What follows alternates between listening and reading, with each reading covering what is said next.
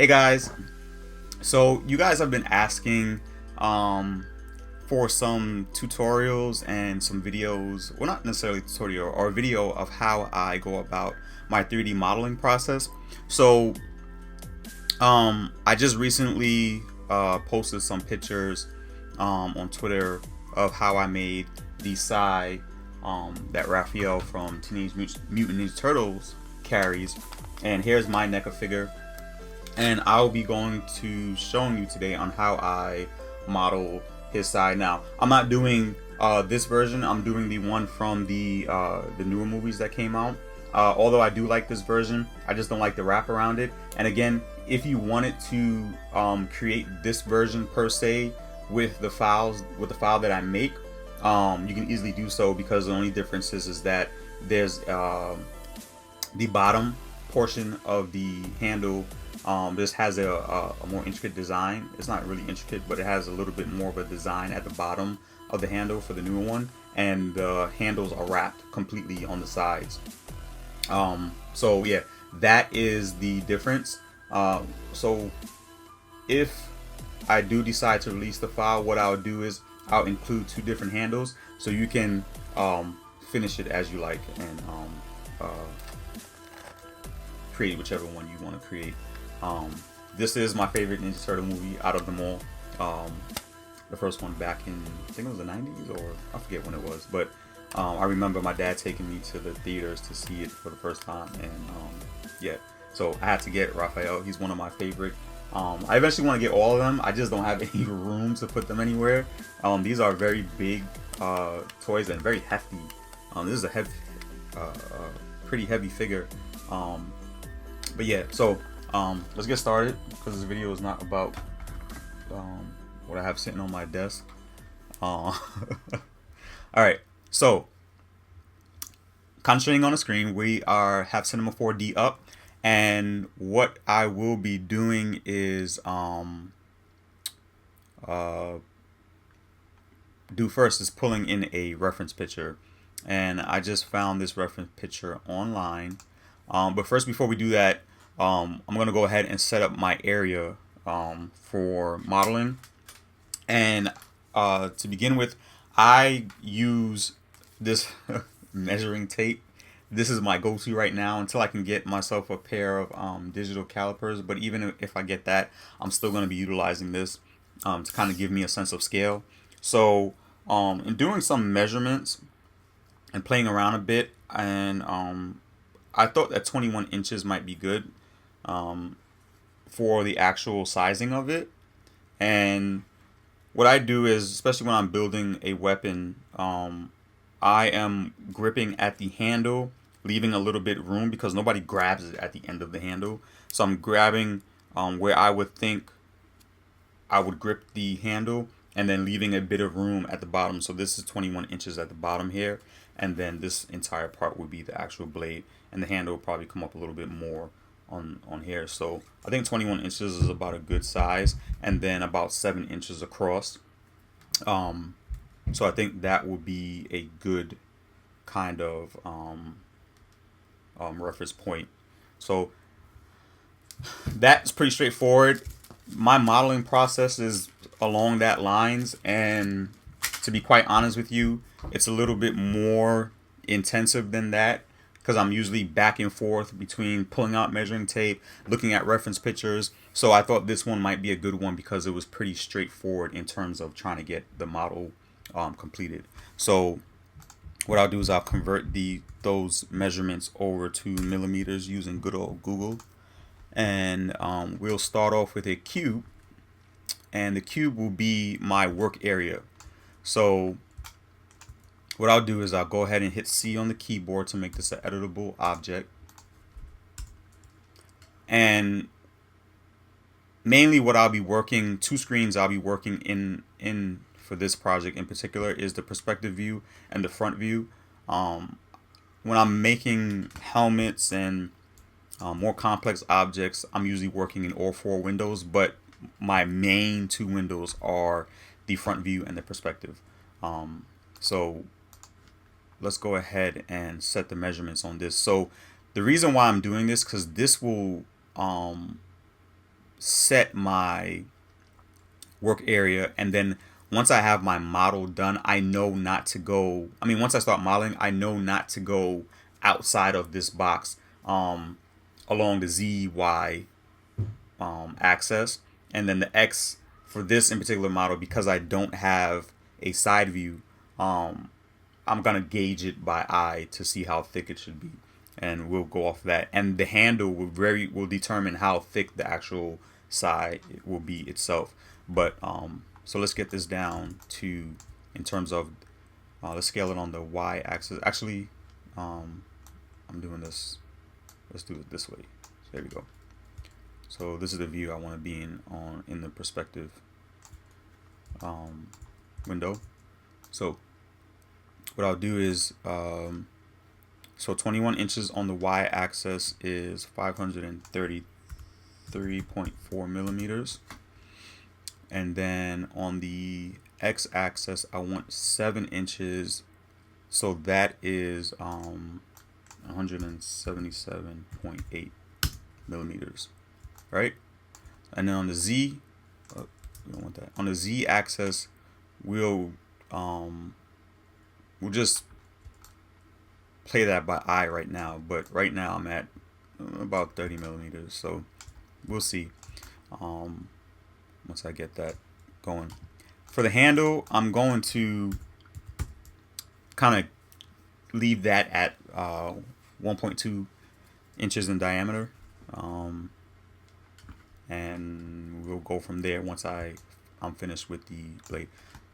So let's x-ray this out, and let's pull. Now, being that I have this in here, I can go ahead and pull in my reference picture and then size that, and we'll have a good working area to start working and modeling in. And I'll go into my front view, go to configure, back, and then pull in my reference picture. And then I will scale this. Well, let's rotate this first, kind of get it as even as possible. And then we'll start scaling this down. And then we'll move it over into our work area. And then we'll start scaling this up. And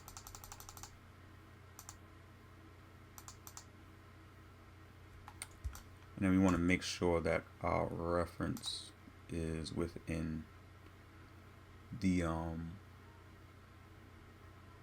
our work area, because we know that our box is 14 inches long and is 7 inches wide across, and that's what we want to keep our and I failed to mention 7 inches tip to tip on the actual side.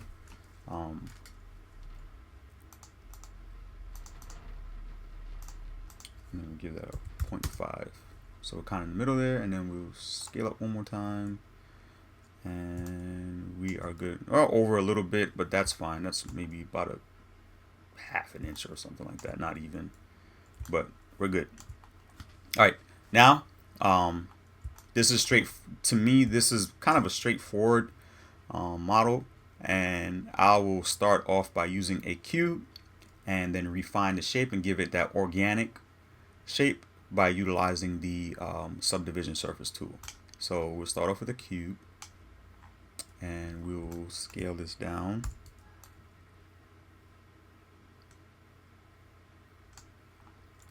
And then we'll bring this down to the actual middle portion here.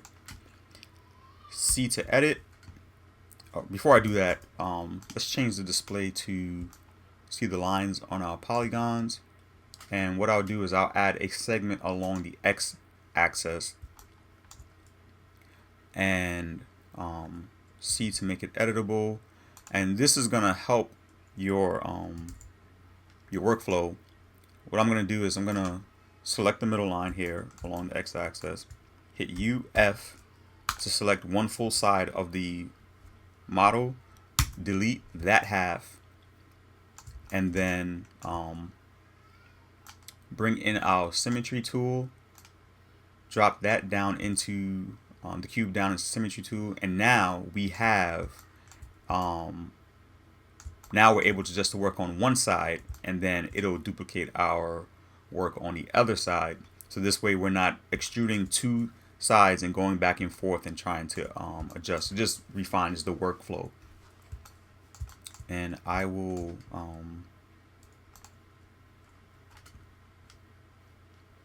oh, also, let's turn this off. If I go into point mode, you'll see that there's a couple points left behind from the polygons that I deleted. You want to go ahead and hit the optimize tool, get rid of those points, so this way that doesn't cause a problem as we're moving along and doesn't cause any problems with the subdivision tool. And then next thing to remember is to delete the Pong tag tool option on your model. So if you ever go on Thingiverse and you see some of those models that look like they're low poly, it's because the Pong tool, or I'm not sure what it's called in other programs, but there wasn't any compensation for that. So when I export this model out as a STL file, it deletes that Pong tool and it totally disregards it. So what I'm thinking, what may happen is individuals are not compensating for it. So what I do is I delete it so I know what it looks like before it gets exported out. So I'm actually working in what it will actually look like once it gets exported out as an STL. And there's ways to compensate for that to get a smooth finish. And I'll show you as we're working through this. So I'm going to go ahead and delete that. And that just leaves a harder surface on our model here. So hit T. We're going to scale this down on the Z axis just to, we'll just leave that out a little bit, and we'll gauge the thickness once we start modeling. And so for our symmetry tool, we want to make sure we clamp point axis so that when we're extruding, everything is staying together. And then when we go ahead and combine this, it'll combine the whole, both halves together. Cube, and let's start the modeling process. So we'll bring this down. Whoop. And we'll start by bringing this up. And then we're just going to start doing some extrudes here. I'm actually going to bring this edge in here.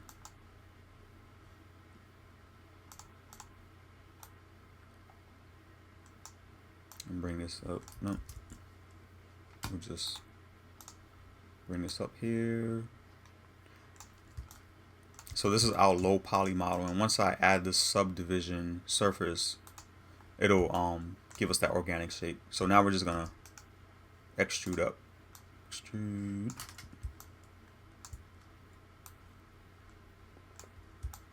And then we will hit T and start scaling this in. And we don't want to bring it to a point quite yet. We just want to kind of start getting the general shape. And then we'll extrude again to give us the tip. Bring that right to the edge. And we'll bring this in like so. Right? Okay. So right now it just kind of looks like a tower, which is okay, because once we use the subdivision tool, it'll start taking its shape. I think what I'm going to do is add a cut here. I'm using the loop cut, so I want a cut right here. So this way I can start refining this area here.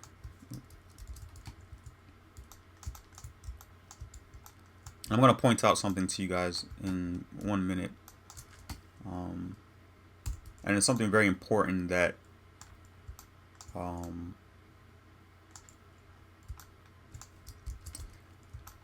for the modeling process, and a very useful tool that Cinema 4D has. All right, so in Cinema 4D, it allows you to check your mesh, and I'm gonna just get rid of this for a minute. It allows you to check your mesh. So I know you guys are seeing like this green line here and probably wondering what that is. So in order to have a good model and for 3D printing, there's a couple things that you have to have in check. One is that it's a watertight model, so that there's no loose polygons that are not attached or bound together. And then also any overlying polygon. So you have a polygon laying on top of a polygon, and that can cause some issues with the slicing program and how your model prints. So Cinema 4D has a way of checking that. So if you hit Shift M, it'll bring up the model settings and then mesh checking, and then you would enable mesh check.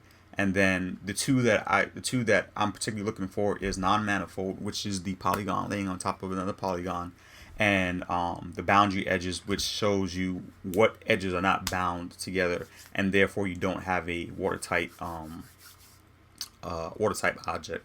So the green lines are showing me any boundaries that are not bonded together. And then now if and I'll show you what an overlying polygon looks like. So if I extrude this, but I create a caps, right? You'll see that I have this red line here, and that's letting me know that I have a polygon, which is on the inside here.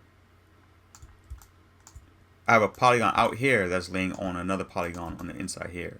And what we want is this to be hollow. So if I delete this, it'll get rid of that red line. But right now, that's not what we're wanting.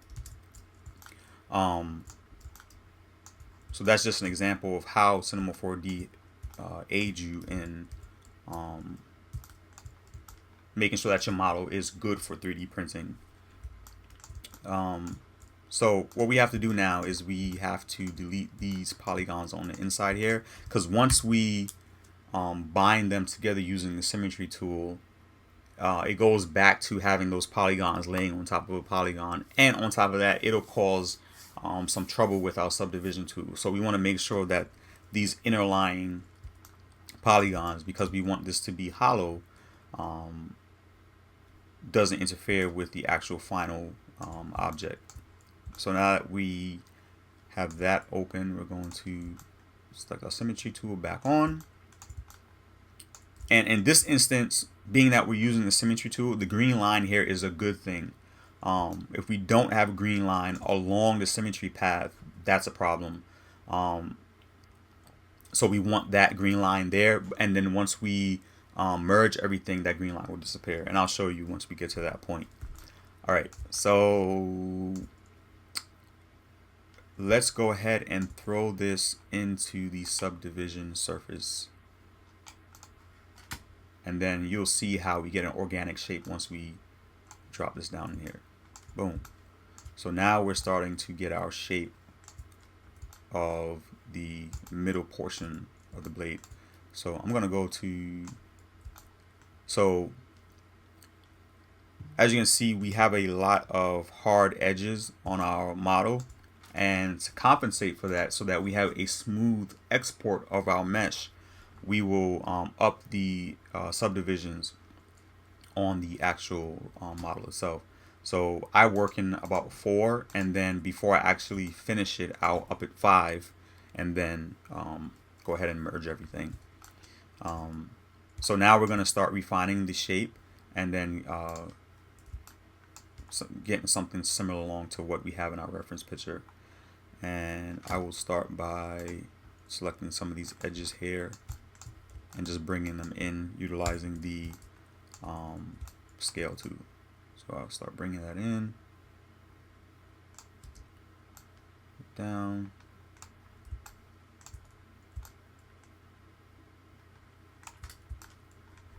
and then our reference picture is a little bit, I think the toy itself is kind of like slanted, but we'll just work around that. And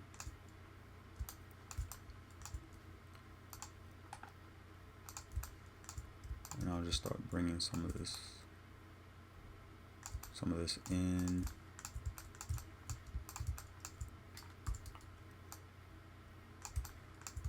that in, then we'll bring this in even further, and then our tip is pretty good. All right, so we got the general shape of the middle portion of the side, and next we will start to work on the side portions, and then you'll see how the symmetry tool actually aids us in this process. So I'm going to bring this down just a little bit, come out of the subdivision, select the surface of this polygon, and then now we'll start to extrude. We'll extrude out, and then turn my caps off. So and if you just seen that the red line had just came and letting me know that I had a polygon surface upon another one, and that's what we don't want. So we're going to extrude, scale down a little bit, T, scale, and we're going to scale as we're going. And then what I'm going to do here is, so that we can have that actual like curve, bring, that's not what I'm wanting.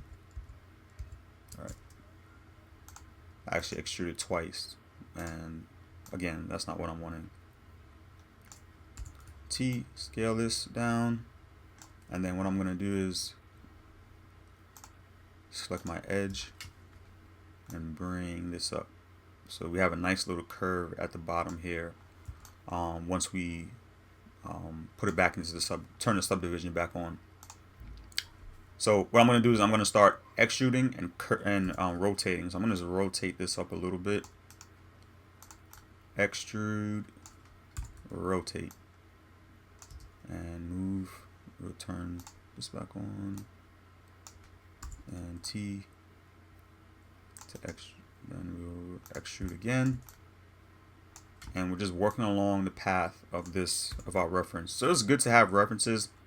References are not always available, so you kind of have to use your imagination. But whenever you can find a reference picture, it always aids in the modeling process. Extrude again.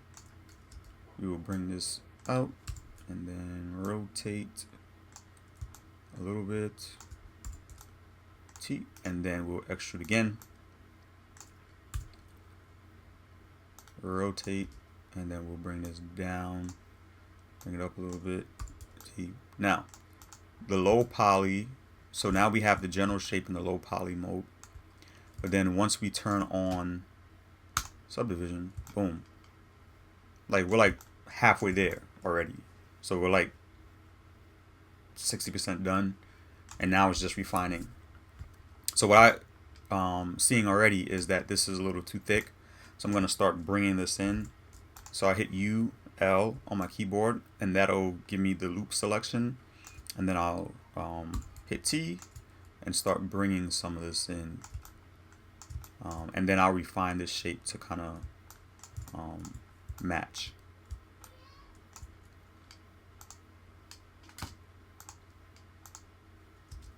And we'll start bringing some of this stuff out,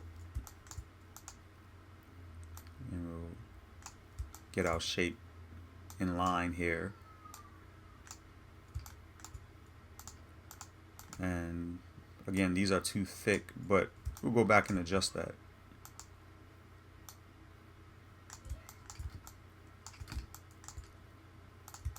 So I'll do rotate, start bringing this in. I don't want to bring it in on the X, I want to bring it on the Z axis.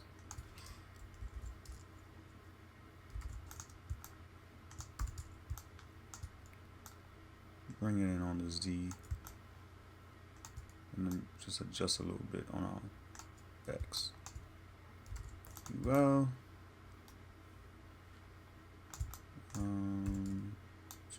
just a little bit. All right, I think that is good. So far, so good. Going to adjust this. So after this, we're going to work on, there's a bevel that runs down the middle and then the front and back of the side blade. But I'm going to adjust this first, get this flaring out a little bit more, and then I think we're good to go. All right, so come off this. Our general shape is pretty much done, right? So that was pretty simple. It was pretty straightforward. It wasn't that much work. It's relatively easy compared to some of the other models I've done, and I'm seeing an issue here. This is just a little bit too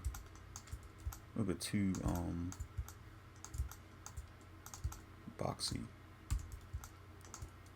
a bit too thin. I'll bring that out a little bit and then adjust this. Bring that to more of a point. And actually bring this up some. Alright. I'm liking that so far. Alright. So now we're going to utilize the loop path cut tool. And we're going to insert a cut to help us bring out this bevel line that's distinguished on the actual blade itself. So I'm looking here on the perspective, but I'm also making sure that it's lining up in my front view. So that's about right. So now we have that cut there, right? What I'm going to do is I'm going to come out of the subdivision surface view, and then we're going to select this line here. And I don't want, we'll just manually select these. And what I'm going to do is I'm going to stretch these out a bit and then refine it to bring the bevel out. T, and I'm going to scale it out on the Z axis. I'm gonna scale it out a bit. So what that did looks weird right now, but watch this. I'm gonna bring it just a little bit. When I select the period key on the keyboard and drag my mouse, left click drag, it's gonna start bringing this line to a sharp edge. So I don't know if you guys can see that, but boom. So I'm just gonna bevel this just slightly and then bring this out some more so that it's very distinguishable. So there you go, you have that hard edge, but I don't want it to be that sharp of an edge.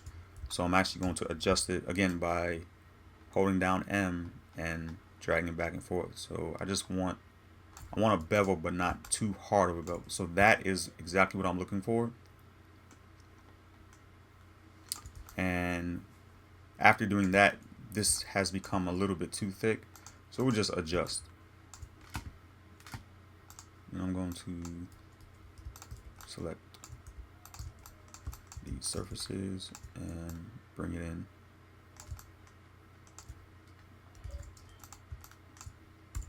And bring this in.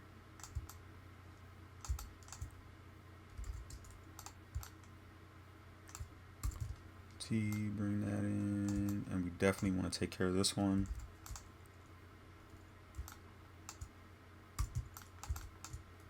Bring that in. Yes, that is looking much better.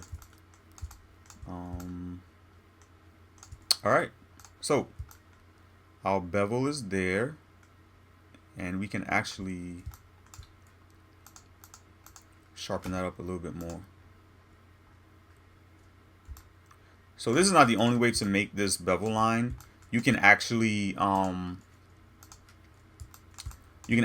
add multiple cuts. So if I was to go back into the loop knife tool and just create more cuts closer together to this line, it'll give me that edge.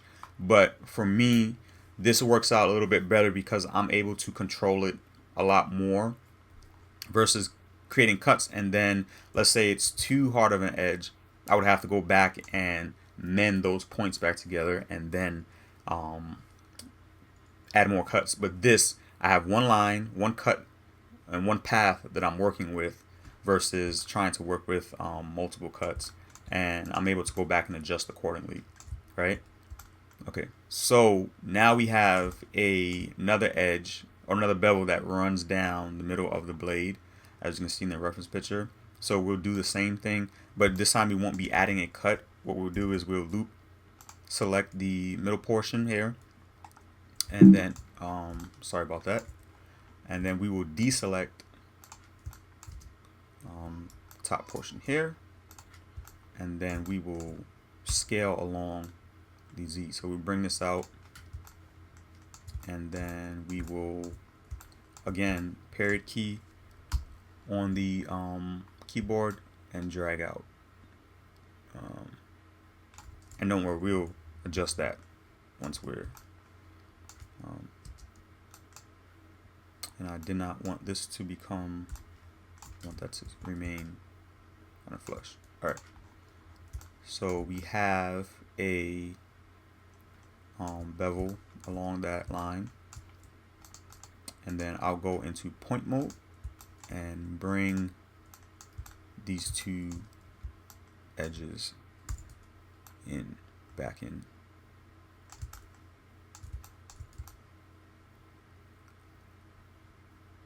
Right.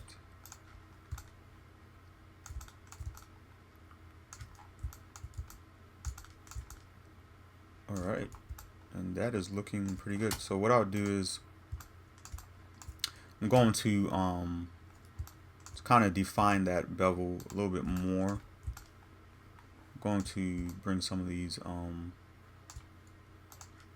points in. Where are my points at?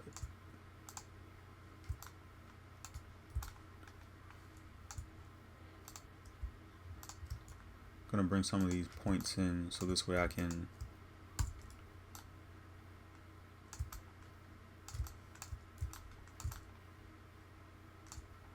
get a harder, not so much of a more distinguishable bevel. So if you see now, we got that nice bevel on the middle portion of the side. Go back to our reference picture, and we're doing pretty good. And actually, this can come up a little bit more.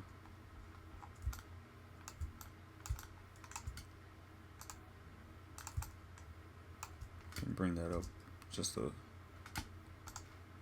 bit. All right.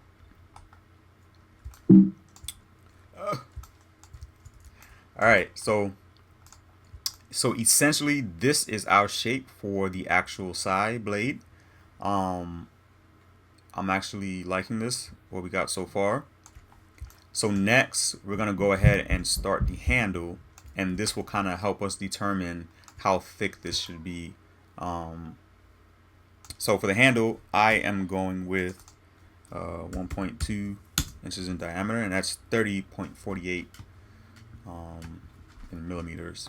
So I'll start off with a cylinder, and I will start scaling that down a bit. And again, as I stated before, we want to go ahead and delete the Pong tag, and then as you can see, it brought a really those hard edges out. And I'm going to up the segments, because right now it's at 36, so I'm going to up the segments to 200, and that'll smooth that out quite significantly. And I will go ahead and make this an editable object. Now, as you can see, we have some edges that are not bounded, and to fix this, what we'll do is we'll go into points, Command A to select all the points, and then we'll use the optimize tool, and that will bond the two, the top to the middle part, and then the bottom to the middle portion as well. So this way we're not having any issues.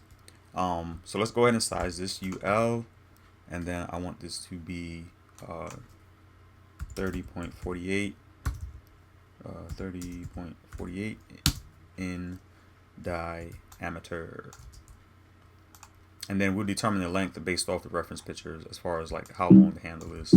Goodness.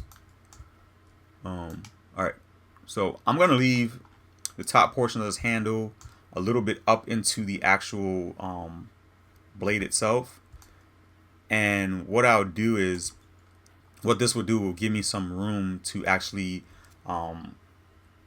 place the handle into the actual blade itself.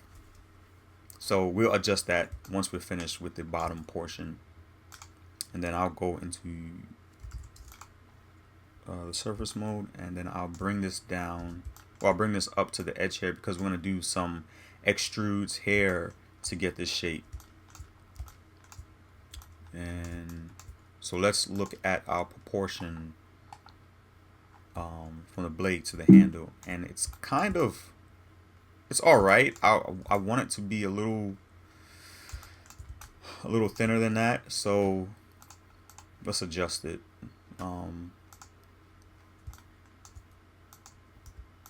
We'll bring this in some. We'll actually bring all this in here. T.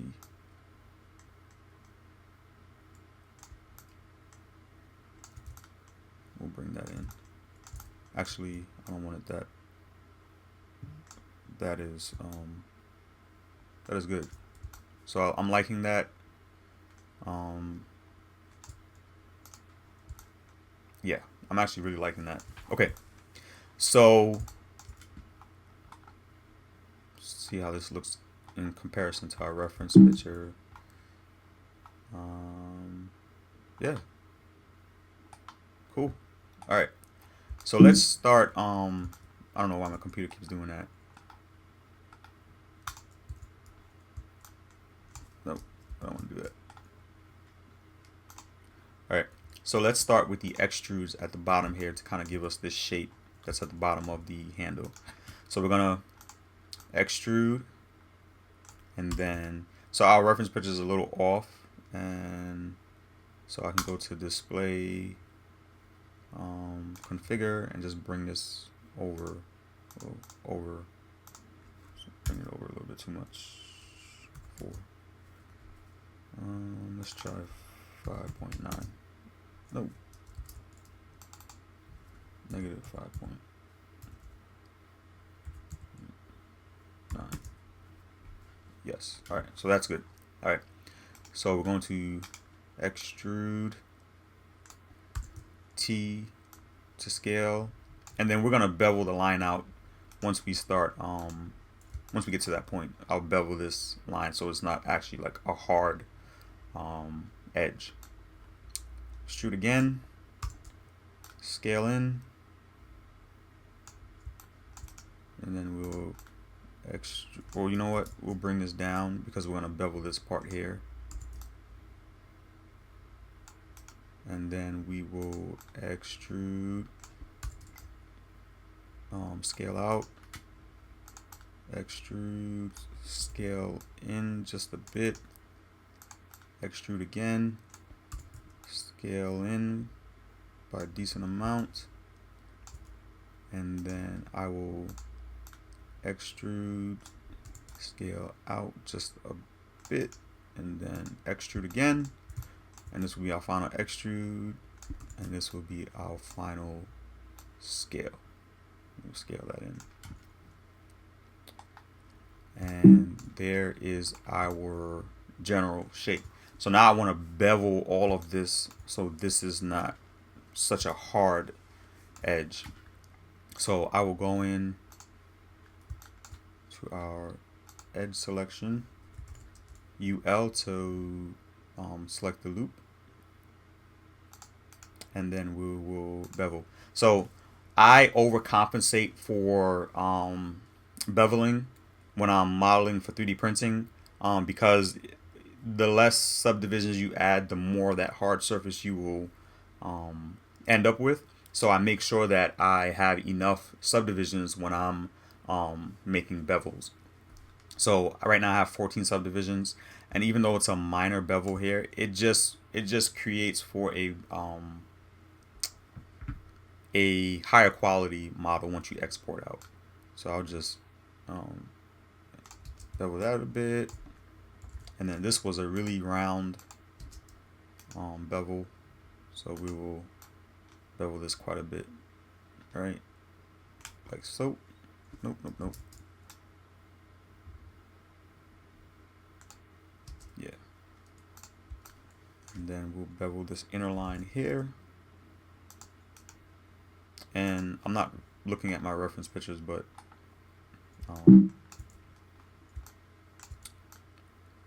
bevel like that. And then this had a nice little slight bevel on here. Oh, nope, nope. Slight bevel here.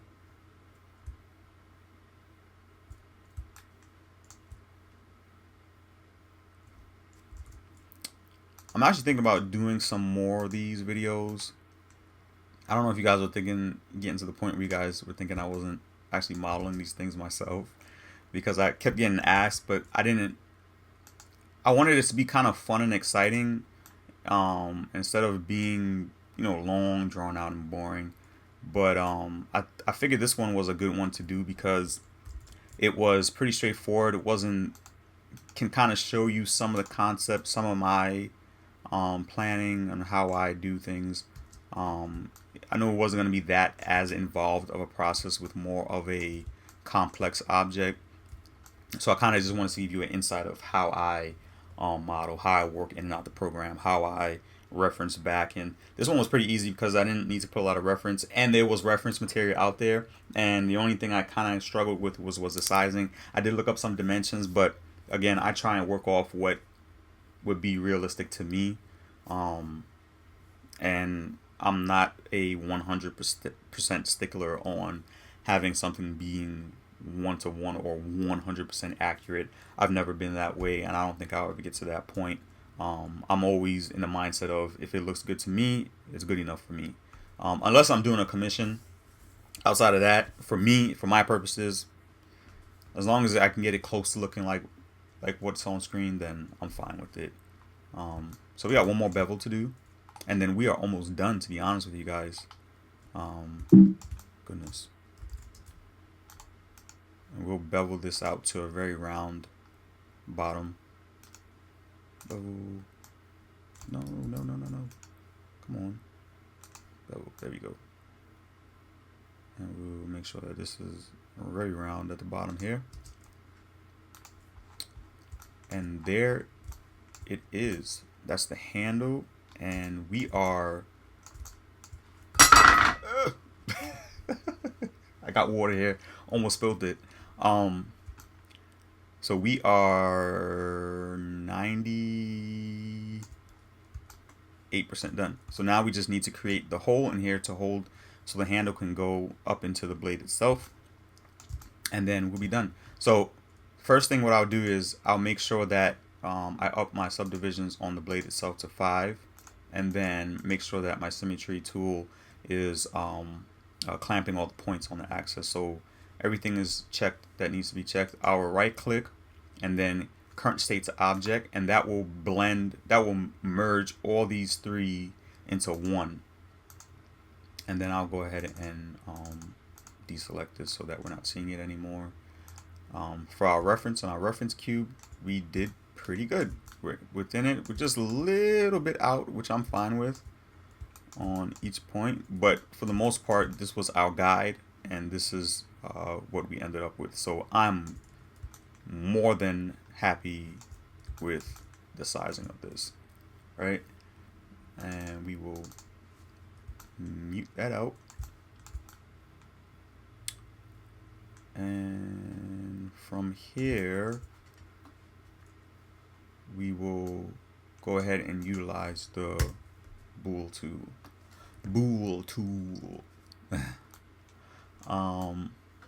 So bring the bool tool in, and let's rename everything. So this is our handle, This is the blade. We can get rid of this.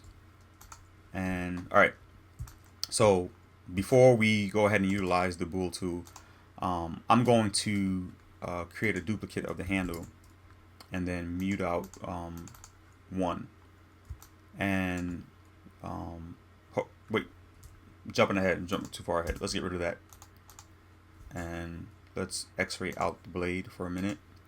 And let's just make sure that our handle is going up farther enough into the blade so that we get a good fitment in here.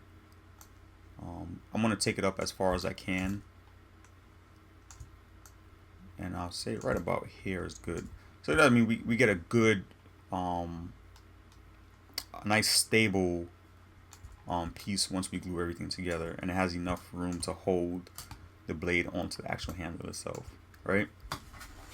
So I think that's good. And then I always want to make sure that I have enough room from the tip here to the surface of the actual part that I'm cutting into, because if this is too far over, what will happen is when the 3D program is slicing it, if there's not enough room here, or at least a millimeter of wall thickness here, it'll actually leave a hole. And I've had that happen to me like quite a few times when printing something. And you can catch it in this part, or you can catch it when your program actually slices the model. Especially with Simplified 3D, you're able to actually see where your problem area is. But this is good right here, so I'm comfortable with this. All right, so let's on X-ray this, and then I'm going to create a duplicate, and I'll tell you why. Duplicate the handle. Now what I'm going to do is I'm going to scale this up just a bit, because what I'm going to do is use this handle to cut a hole into the actual blade itself, but I want to make sure that I have enough room for the handle to fit into the actual blade. So I'll up it up. I'll up the scale a little bit so that when I print it, I'll make sure I have enough room for the actual handle to fit into the hole that's created. So I'll go T, and then I'll just scale it up by maybe a few percentage, just a little bit. And then I will bring the blade. Well, in the bool tool, I want to make sure that it's A subtract B, create single object, hide new edges. Hide new edges is not necessarily needed, but I selected to make so that it's not looking messy as far as lines. But so I will drop the blade into the bool, and then drop the handle under the blade, and then if you give it a minute, it'll go ahead and cut our hole into the blade. And there we go. So what I'll do is I'll look at it to make sure. I'll unmute our handle, and then as you can see, we have some space here. I'm actually going to give us a little bit more room, so I'm going to scale this up just a little bit more. Scale it up, and actually what I want to do is just scale it on the X and Z axis versus the Y, because I don't want it to go up any further. So that should be good. And let's see where we're at.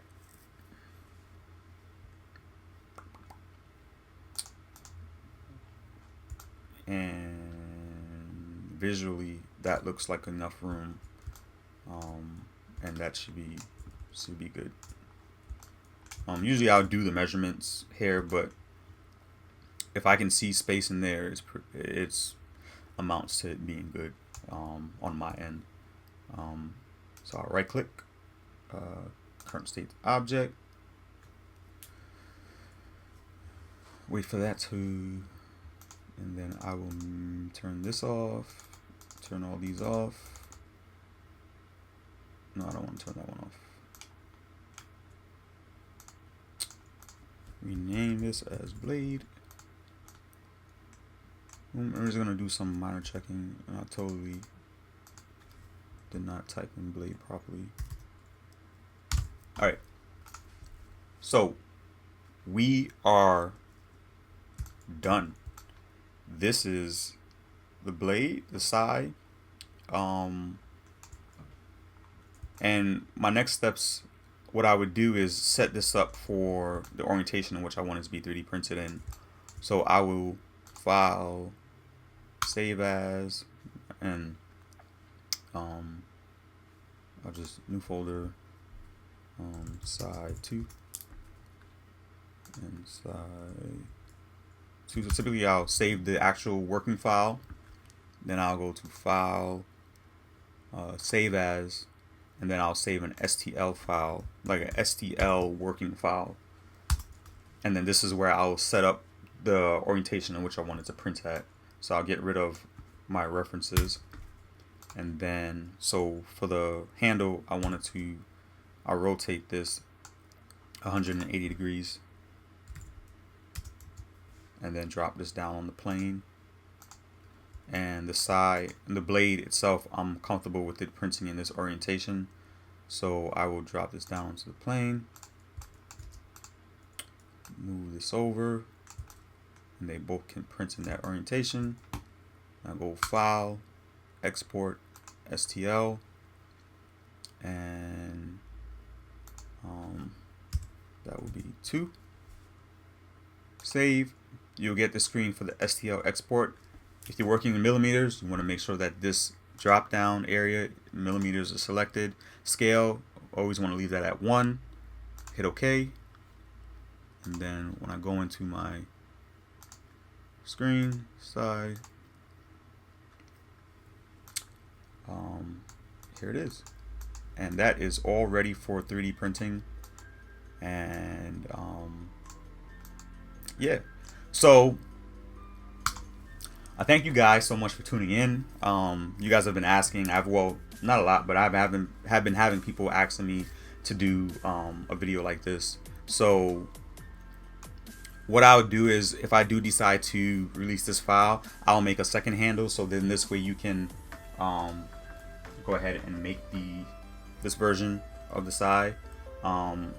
So the next video in terms of this project will be the 3D printing and the finishing process, my usual videos. So I thank you guys. If you guys enjoyed this, let me know down in the comment section. I'll try and do more, or I'll actually think about doing a live stream, and so I can interact with you guys. I'm actually thinking about doing a live stream regardless, but if you guys want to either have a live stream of me doing a finishing of a prop or a model kit or whatever, just let me know down in the comment section. James Print and Play has actually inspired me to do a live stream. I love his live streams. I try and tune in every time he has one. So if you guys do not know who he is, James Print and Play, follow him on YouTube, follow him on Twitter. It's a good friend of mine's. We chat often. So yeah, give him a follow, give him a like, watch his videos, support him. And I thank you guys for supporting me and what I do. I do have a video out on Make's platform where I made T'Challa's spare. So if you go check that out, that's on their platform. That's Make. And that build, I failed to mention it in that video that was a commission build. And so I don't have that blade. Like, it killed me to let it go because I liked it so much. But the person I sent it to, I know, and I'm hoping that he will enjoy it and take good care of it. And I hope to do another project with him in the future. I'm actually working on another commission right now, and it's for a fellow YouTuber, and she's been a joy to work with so far. So I'm hoping to get that done within the next couple weeks and send that out to her, and you should hopefully see something on that from her as well. Just have a lot of things planned. I have another video coming out on another platform. I'm not going to mention what it is yet, but once it's out, I'll give you guys some more information on how to get there and where to look for it. I'm also been getting some requests to do a room tour and what's going on in this little cave that I have here. So I'll be doing that video as well. Again, I thank you guys so much for tuning in. If you guys want to keep up to date with the projects that I'm working on, you can follow me on Twitter at TheBrokenNerd83, and you can follow me on Instagram at TheBrokenNerd83. Thank you guys so much for tuning in. Peace and love. God bless.